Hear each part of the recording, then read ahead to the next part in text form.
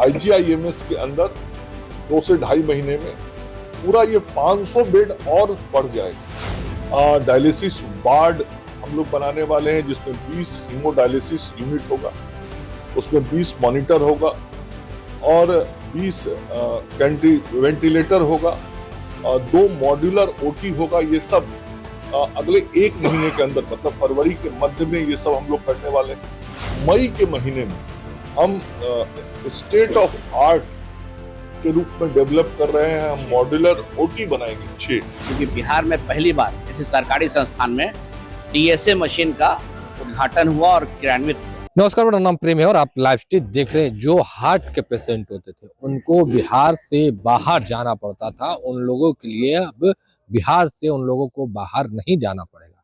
पटना के IGMS में 14 करोड़ की लागत से हार्ट और जो ब्रेन है एक साथ इलाज होगा। देखिए, तमाम जो जानकारी है वो बिहार सरकार के स्वास्थ्य मंत्री मंगल पांडे और IGIMS के जो डायरेक्टर है मनीष मंडल तमाम जानकारी दे रहे। क्या कुछ करें, सबसे पहले आप वो सुनिए। IGIMS के अंदर 2 से ढाई महीने में पूरा ये 500 बेड और बढ़ जाएगा, तो 1547 बेड का IGIMS 2047 बेड का अगले 2-2.5 महीने में हो जाएगा। और जो 1200 बेड का अस्पताल बन रहा है, वह अस्पताल भी इस साल के अंत तक पूर्ण हो जाएगा।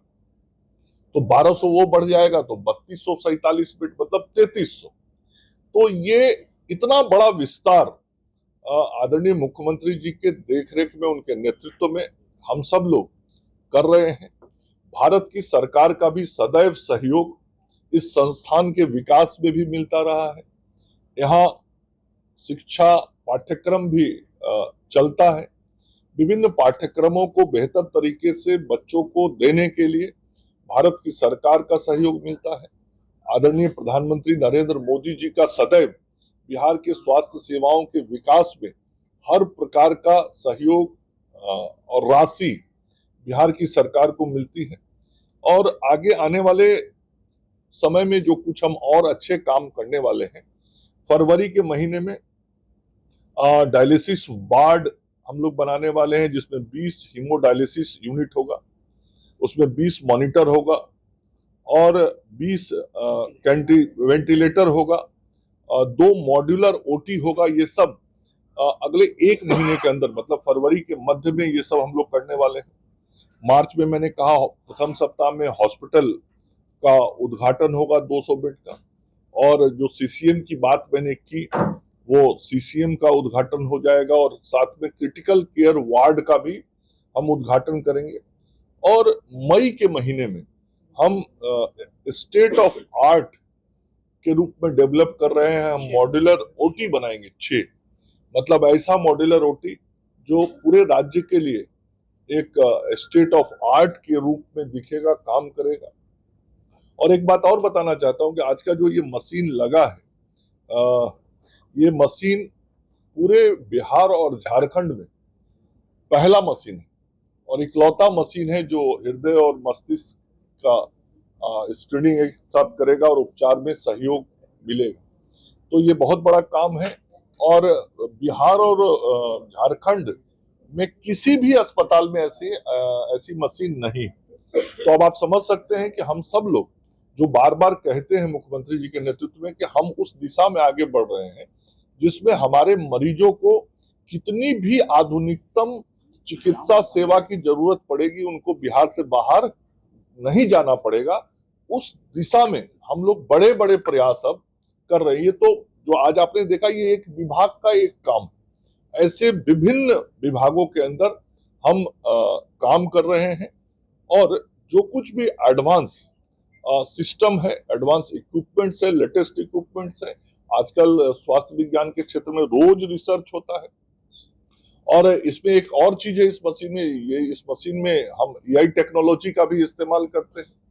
तो आधुनिकतम व्यवस्थाओं का इस्तेमाल करते हुए हम लोगों को स्वास्थ्य सुविधाएं दे रहे हैं।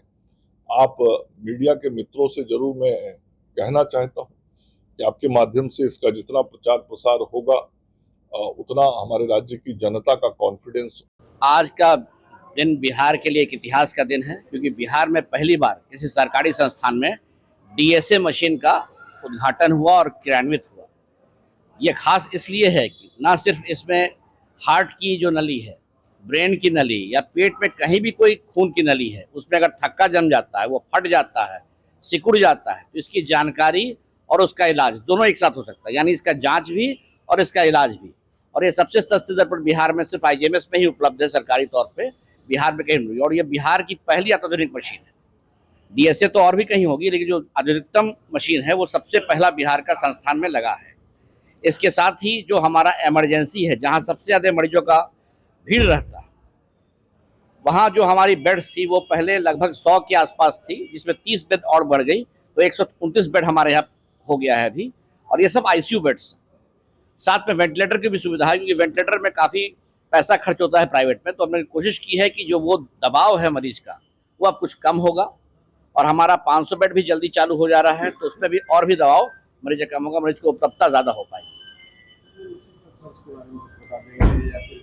ये मशीन हमारे यहाँ टोटल इंफ्रास्ट्रक्चर 14 करोड़ के आसपास की मशीन है। ये पूरी सुविधाओं के लिए 14 करोड़ की मशीन है ये। और इसमें जो जांच है, वो साधारण जांच जो एंजियोग्राफी है, जिसमें सिर्फ देखा जाता है, वो 5000 का है।